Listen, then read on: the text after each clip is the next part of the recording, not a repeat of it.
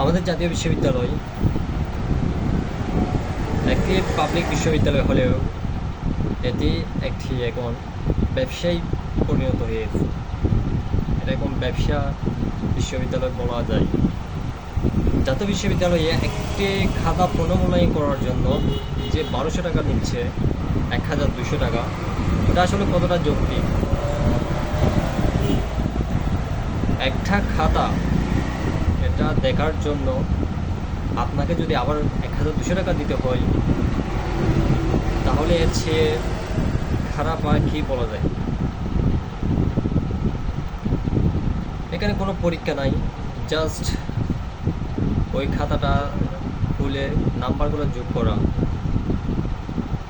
এটার মধ্যে যদি 1200 টাকা খরচ হয় তাদের, তাহলে বলার কি আছে? এবার অনেকে আছে অনেক ভালো পরীক্ষা দিয়েও ফেল করে যায়, তাহলে এদের দায়িত্বগুলো খেয়ে নিবে।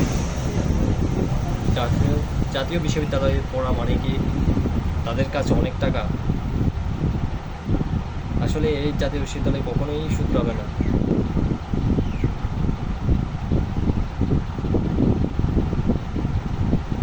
অনেকে এই জাতীয় বিশ্ববিদ্যালয়ে ভালো পরীক্ষা দিয়েও ফেল চলে আসে, আবার অনেকে খারাপ পরীক্ষা দিয়েও ভালো রেজাল্ট চলে আসে। এটাই আসলে জাতীয় বিশ্ববিদ্যালয়ের নিয়ম। কি বলবো, এখানে কিছু বলার নাই। এই বিশ্ববিদ্যালয়ে এটাই চলে আসতেছে।